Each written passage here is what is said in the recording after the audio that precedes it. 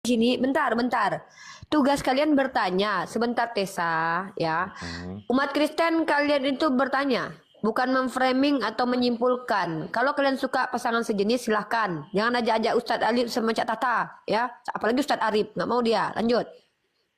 Bukan suka sesama jenis. Justru Alkitab itu melarang, bahkan mengharamkan lagi, bukan melarang, di atas larangan lagi.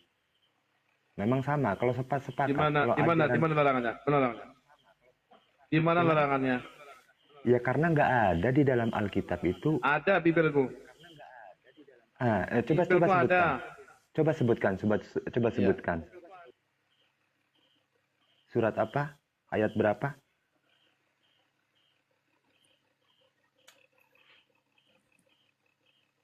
Yang memerintahkan ini ya, yang memerintahkan laki-laki dengan laki-laki bercinta, perempuan dengan perempuan bercinta. Ada di kitabmu ada. Ya, Iya, nih tunjukkan ya. coba bacakan Nah, biar 5.000 mata memandang ini meyakini itu gitu ya, loh lima kalau ribu dikatakan juta ada. memandang ya. Kalau di Iya. Kristen itu tidak ada hukum-hukum. Oke.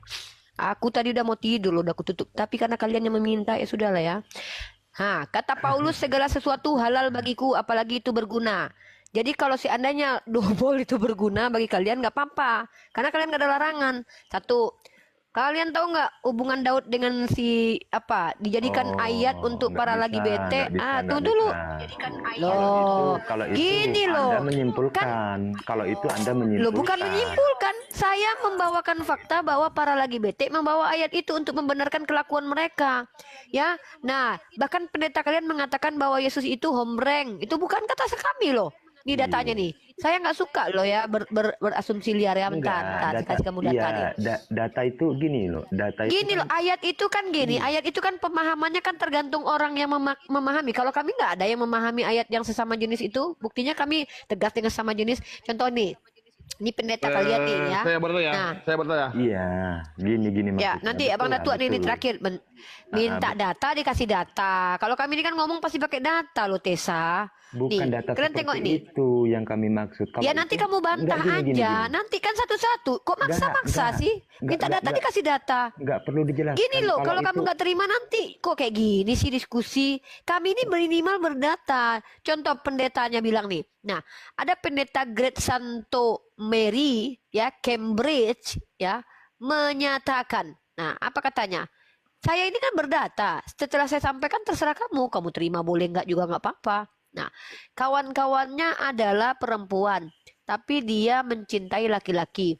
Satu fakta yang mencolok adalah dia tidak kawin dan kaum laki-laki yang tidak kawin biasanya memiliki satu dari tiga sebab. Mereka tidak mampu menempuhnya, tidak terdapat gadis atau mereka secara natural hombreng. Nah, cium kudus ini juga ada nih di kitab kamu, cium kudus antara Petrus sama Paulus, ya. Jadi kalau kita lihat indikator ajaran-ajaran yang menggelikan itu ada di kitab di apa di ajaran kalian, tokoh-tokoh agama kalian.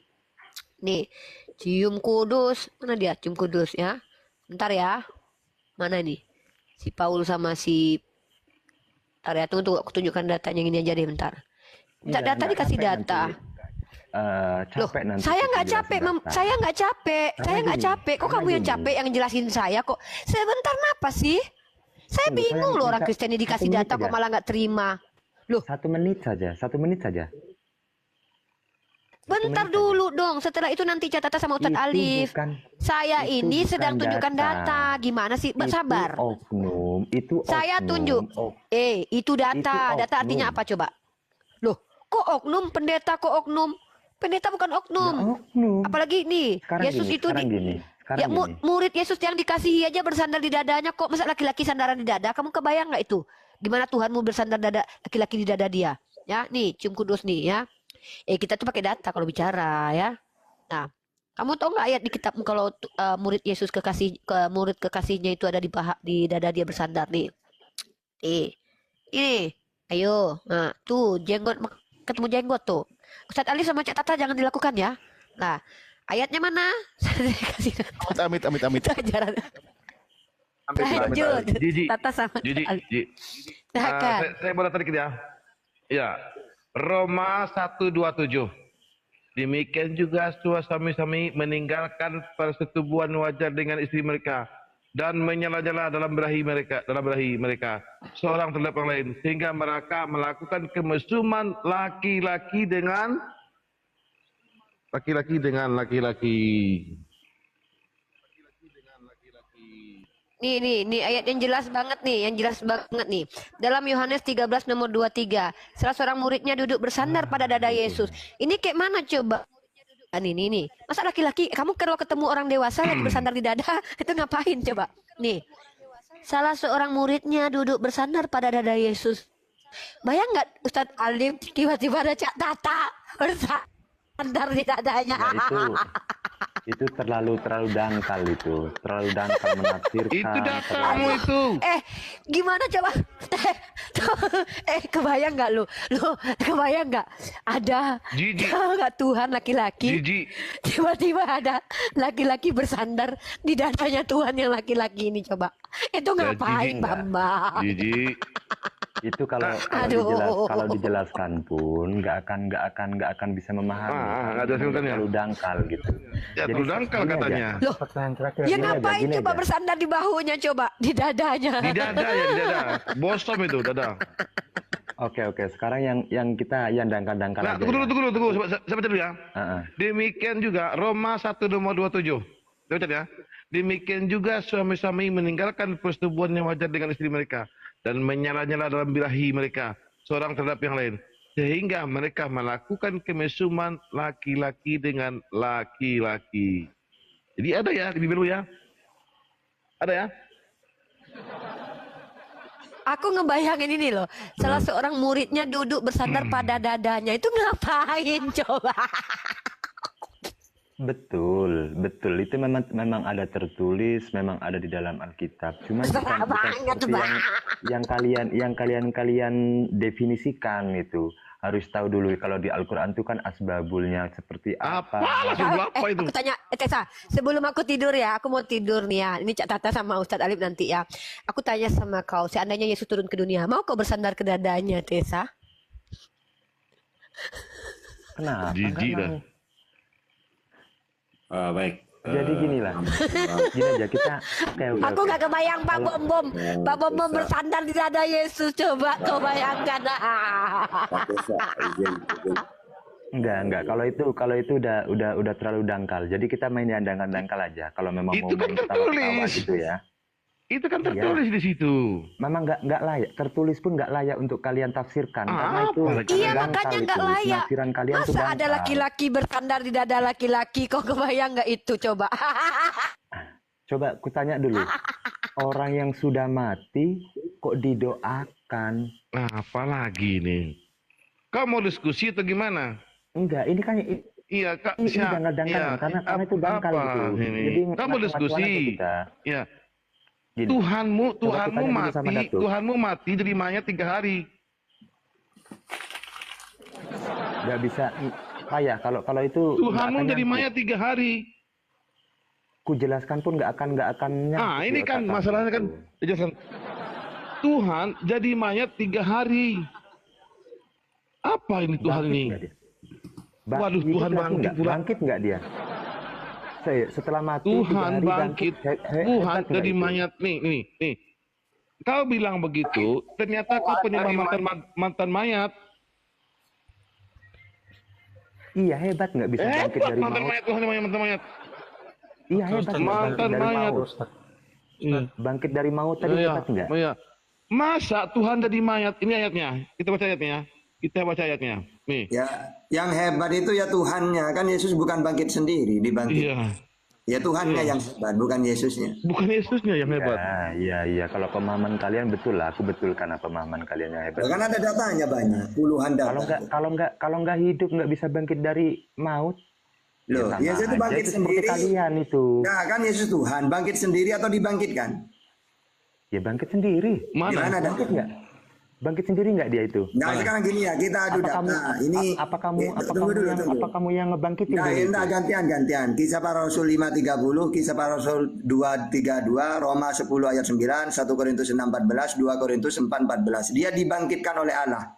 Nah, sekarang kamu pakai data mana dia bangkit sendiri datanya. Silakan.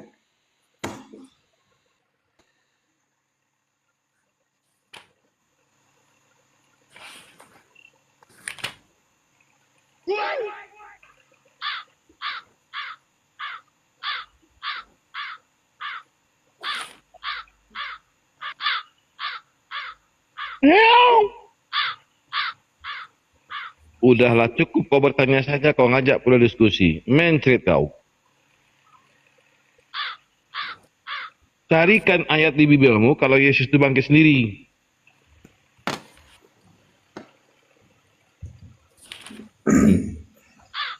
Macet. Udahlah bagus-bagus kau disuruh bertanya aja. Kau pula ngajak debat diskusi.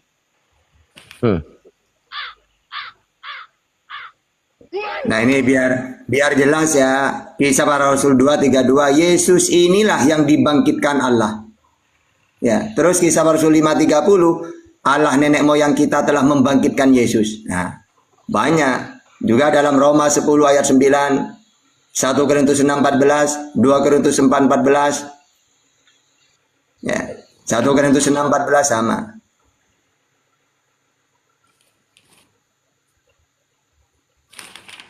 Udahlah bagus-bagus kau disuruh bertanya, kau suruh pula kau berdiskusi. Bertanya aja lah kau, nanti di mirroring, kencing di sana pula kau. Di sini kan mempersilahkan untuk bertanya kepada Muslim. Iya, bagus kan? dari komentarnya tadi. Kau bilang pula kami mendoakan orang mati. Sekarang gini. Iya, sekarang Tuhanmu mati, kau sembah. Gini. Karena aku bilang tadi dangkal-dangkal gitu. Jadi kita main dangkal-dangkal aja kan. Allahumma sholli ala Sayyidina Muhammad. Artinya apa, Pak Datuk? Iya. Artinya apa? Silakan Ustaz Tata. Jadi salawatnya Allah kepada Nabi Muhammad rahmat ya. Sedangkan salawatnya malaikat dengan kita umat Islam itu perintah Allah, wassalamun alal mursalin. Berselawatlah kamu kepada semua para nabi. Jadi bukan hanya Nabi Muhammad kita selawatin, bahkan manusia yang kamu tuhankan kami selawatin itu. Isa alaihi salam baginya keselamatan, Musa alaihi salam, Adam alaihi salam. Jadi bukan hanya Nabi Muhammad yang kita selawatin, perintah Allah semua para nabi. Enggak, yang aku pertanyakan Sallallahu alaihi wasallam. Ya sama itu selawat. Apa? Sama seperti saya mengatakan kepada Nabi Isa alaihi salam baginya keselamatan. Berarti Nah kalau ya Allah, beda dengan di Bibelmu. Kalau di Bibel itu Tuhan yang diselawatkan. Wahyu 7 ayat 10. Dan dengan suara nyaring mereka berseru, keselamatan bagi Allah. Nah, masa Tuhan diselawatin? Itu kan tadi dia ini ya tadi ya nanya apa Allahumma sholli ala Sayyidina Muhammad, tanya artinya kan gitu. Iya, yang ya kan? tanya artinya. Iya. Jadi Allahumma biar ya Allah limpahkanlah keberkahan rahmatmu kepada Nabi kami yaitu Nabi Muhammad Sallallahu Alaihi Wasallam. Nah itu artinya. Itu artinya kan? Betul. Jadi itu artinya. Terus maksudnya apa? Oh belum maksud Ya, juga. perintah. Nah perintahnya Bukan perintahnya begini. Gini. Anda kok dia pula yang ngatur di sini? loh, bukan mengatur. Gini, aku bersolawat ya. Tendang aja lah kayak gini. Yang enggak di dalam Bibelmu Nggak itu. apa-apa. Di Bibelmu kenapa Tuhan yang diselawatin? Apa tujuannya? Enggak. Sabar Bang Datuk gini. Kenapa kita kan tadi maksudnya apa, tujuannya apa kan gitu lah. Karena Rasulullah menjelaskan ketika kami umat Islam bersolawat sekali kepada Rasulullah, Allah membalas solawat kami itu 10 kali lipat untuk kami sebagai rahmatnya. Begitu, Nabi kaminya tidak perlu solawat dari kami, tapi kami yang butuh solawat dari Allah berdasarkan kami bersolawat kepada Nabi kami.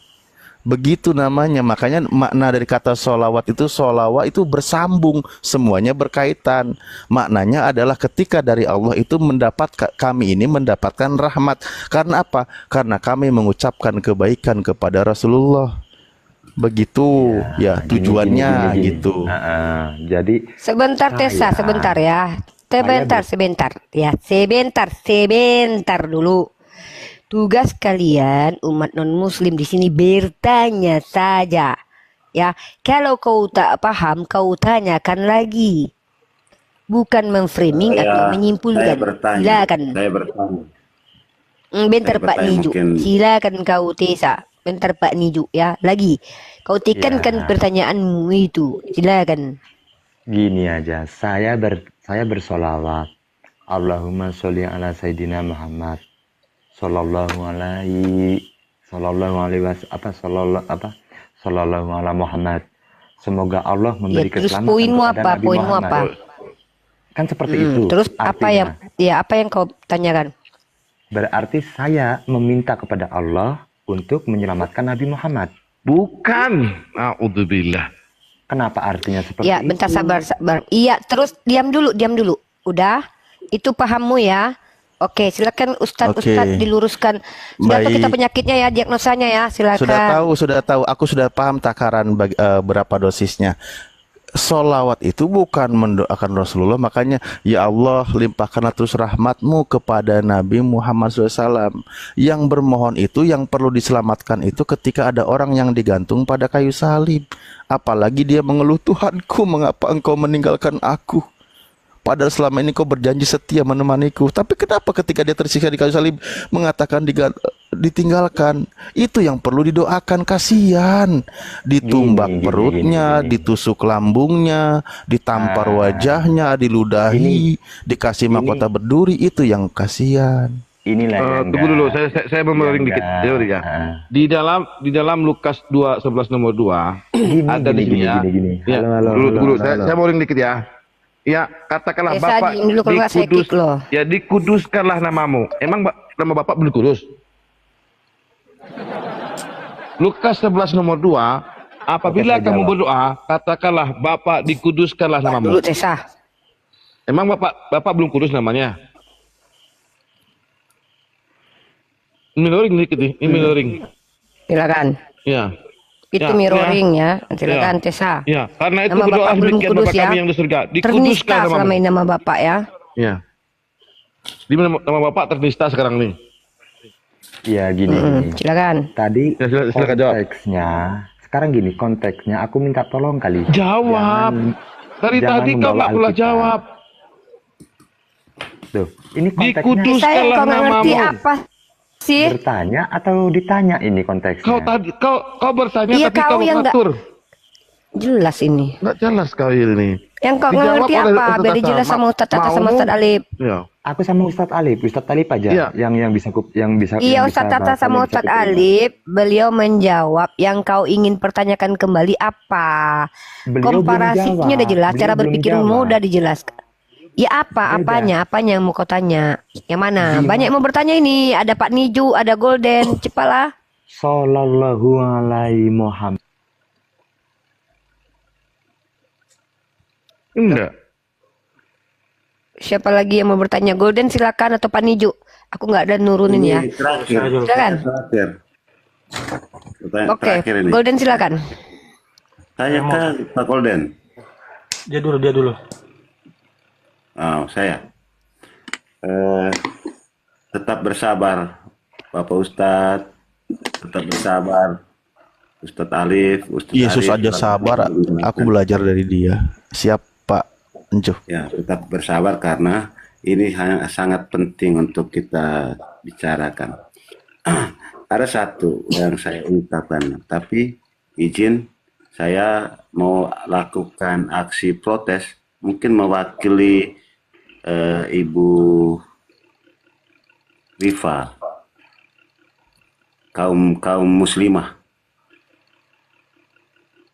Duh, jangan diwakilin Pak. Kami Enggak, Islam nggak perlu diwakili sama laki-laki ada Kristen. Maksudnya Ada Bu, maksud. Pak Enju itu mau pakai jilbab gitu. Enggak, nanti ada maksud di balik itu. Kok mau mewakili Uni? Jadi, saya sebagai laki-laki, tapi saya mau berbicara tentang salah satu syariah Islam. Ini bukan sejarah, bukan juga teori, Apa tapi itu, Pak? lebih kepada logika berpikir.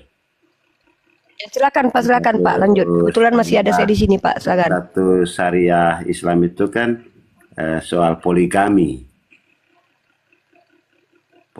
Terus, Saya apa yang mau Bapak wakili dari para perempuan Islam seperti saya ini? Silakan. ya, poligami ini kan mengizinkan laki-laki Ya. beristri lebih dari satu. Iya, terus? Nah, saya mau Terus?